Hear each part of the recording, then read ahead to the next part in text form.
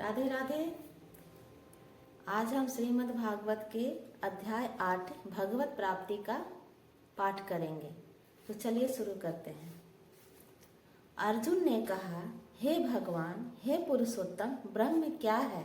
आत्मा क्या है? सकाम कर्म क्या है? यह भौतिक जगत क्या है तथा देवता क्या है? कृपा करके यह सब मुझे बताइए। हे मधुसूदन, यज्ञ का स्वामी कौन है और वह शरीर में कैसे रहता है और मृत्यु के समय भक्ति में लगे रहने वाले आपको कैसे जान पाते हैं? भगवान ने कहा, श्री कृष्ण भगवान ने कहा, अविनाशी और दिव्य जीव ब्रह्म कहलाता है और इसका नित्य स्वभाव अध्यात्म या आत्मा कहलाता है। जीवों के भौतिक शरीर से संबंधित गतिविधि कर्म या सकाम कर्म कहलाती है। हे देहधारियों में श्रेष्ठ और निरंतर परिवर्तनशील यह भौतिक प्रकृति अधिभूत भौतिक अभिव्यक्ति कहलाती है। भगवान का विराट रूप जिसमें सूर्य तथा चंद्रमा जैसे समस्त देवता सम्मिलित है अधिदेव कहलाता है तथा प्रत्येक देहधारी के हृदय में परमात्मा स्वरूप स्थित में परमेश्वर यज्ञ का स्वामी कहलाता हूँ। और जीवन के अंत में जो केवल मेरा स्मरण करते हुए शरीर का त्याग करता है वह तुरंत मेरे स्वभाव को प्राप्त करता है, इसमें रच मात्र भी संदेह नहीं है। हे कुंती पुत्र, शरीर त्यागते समय मनुष्य जिस जिस भाव का स्मरण करता है वह उस भाव को निश्चित रूप से प्राप्त होता है। हे पार्थ, अतएव हे अर्जुन, तुम्हें सदैव कृष्ण रूप में मेरा चिंतन करना चाहिए और साथ ही युद्ध करने के कर्तव्य को पूरा करना चाहिए। अपने कर्मों को मुझे समर्पित करके तथा अपने मन एवं बुद्धि को मुझ में स्थिर करके तुम निश्चित रूप से मुझे प्राप्त कर सकोगे। हे पार्थ, जो व्यक्ति मेरा स्मरण करने में अपना मन निरंतर लगाए रखकर अविचलित भाव से भगवान के रूप में मेरा ध्यान करता है वह मुझको अवश्य ही प्राप्त होता है। मनुष्य को चाहिए कि परम पुरुष का ध्यान सर्वज्ञ पुरातन नियंता लघुतम से भी लघुतर प्रत्येक का पालन करता समस्त भौतिक बुद्धि से परे अचिंत्य तथा नित्य पुरुष के रूप में करे और वे सूर्य की भांति तेजवान है और इस भौतिक प्रकृति से परे दिव्य रूप है। मृत्यु के समय जो व्यक्ति अपने प्राण को भौहों के मध्य स्थिर कर लेता है और योग शक्ति के द्वारा अविचलित मन से पूर्ण भक्ति के साथ परमेश्वर के स्मरण में अपने को लगाता है वह निश्चित रूप से भगवान को प्राप्त होता है। जो वेदों के ज्ञाता है, जो ओमकार का उच्चारण करते हैं और जो संन्यास आश्रम के बड़े बड़े मुनि हैं, वे ब्रह्म में प्रवेश करते हैं। ऐसी सिद्धि की इच्छा करने वाले ब्रह्मचर्य व्रत का अभ्यास करते हैं। अब मैं तुम्हें वह विधि बताऊंगा जिससे कोई भी व्यक्ति मुक्ति लाभ कर सकता है। समस्त इंद्रिय क्रियाओं से विरक्ति को योग की स्थिति कहा जाता है। इंद्रियों के समस्त द्वारों को बंद करके तथा मन को हृदय में और प्राण वायु को सिर पर केंद्रित करके मनुष्य अपने को योग में स्थापित करता है।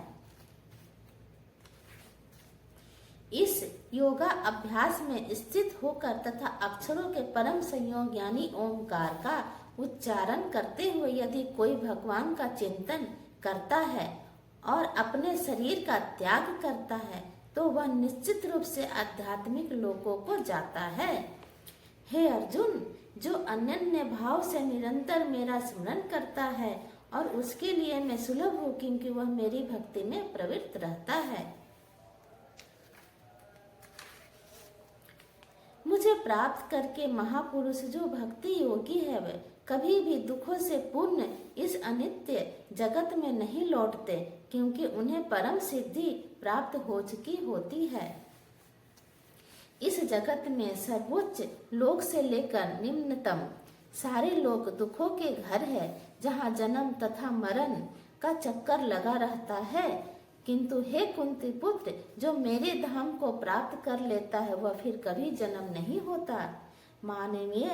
मानवीय गणना के अनुसार 1000 युग मिलाकर ब्रह्मा का एक दिन बनता है और इतनी ही बड़ी ब्रह्मा की रात्रि भी होती है।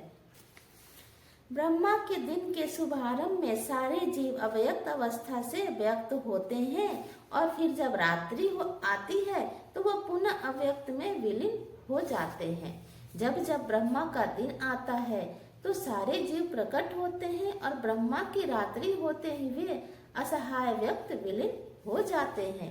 इसके अतिरिक्त एक अन्य अव्यक्त प्रकृति है जो शाश्वत है और इस व्यक्त तथा अव्यक्त पदार्थ से परे है। यह परा और कभी नाश न होने वाली है। जब इस संसार का सब कुछ लय हो जाता है तब भी उसका नाश नहीं होता, जिसे वेदांती अप्रकट तथा अविनाशी बताते हैं, जो परम गंतव्य है, जिसे प्राप्त कर लेने पर कोई वापस नहीं आता। यही मेरा परम धाम है। भगवान जो सबसे महान है, अनन्य भक्ति द्वारा ही प्राप्त किए जा सकते हैं। यद्यपि वे अपने धाम में विराजमान रहते हैं, जो भी वे सर्वव्यापी हैं और उनमें सब कुछ स्थित है। हे भरत श्रेष्ठ, अब मैं तुम्हें उन विभिन्न कालों को बताऊंगा जिनमें इस संसार से प्रयाण करने के बाद योगी पुनः आता है अथवा नहीं आता। जो पर ब्रह्म के ज्ञाता हैं वे अग्नि देव के प्रभाव में प्रकाश में दिन के शुभ लक्षण में शुक्ल पक्ष में तथा जब सूर्य उत्तरायण में रहता है उन 6 मासों में इस संसार से शरीर त्याग करने पर उसे पर ब्रह्म को प्राप्त करते हैं। जो योगी धुएं रात्रि कृष्ण पक्ष में या सूर्य के दक्षिणायन में रहने के 6 महीनों में दिवंगत होते हैं वह चंद्रलोक को जाता है, किंतु वहां से पुनः पृथ्वी पर चला जाता है। वैदिक मतानुसार इस संसार से प्रयाण करने के 2 मार्ग है, एक प्रकाश का, दूसरा अंधकार का। जब मनुष्य प्रकाश के मार्ग से जाता है तो वह वापस नहीं आता, किंतु अंधकार के मार्ग से जाने वाला पुनः लौटकर आता है। हे अर्जुन, यद्यपि भक्तगण इन दोनों मार्गों को जानते हैं किंतु वे मोहग्रस्त नहीं होते, अतः तुम भक्ति में सदैव स्थिर रहो। जो व्यक्ति भक्ति मार्ग स्वीकार करता है वह वेदा अध्ययन, तपस्या, दान, दार्शनिक तथा सकाम कर्म करने से प्राप्त होने वाले फलों से वंचित नहीं होता। वह मात्र भक्ति संपन्न करके इन समस्त फलों की प्राप्ति करता है और अंत में परम नित्य धाम को प्राप्त होता है। श्रीमद् भागवत के 8वें अध्याय भगवत प्राप्ति का भक्ति वेदांत तात्पर्य पूर्ण हुआ। राधे राधे। तो कल हम अध्याय 9 का अध्ययन करेंगे, परम गुह्य ज्ञान। तो राधे राधे, कल फिर मिलते हैं।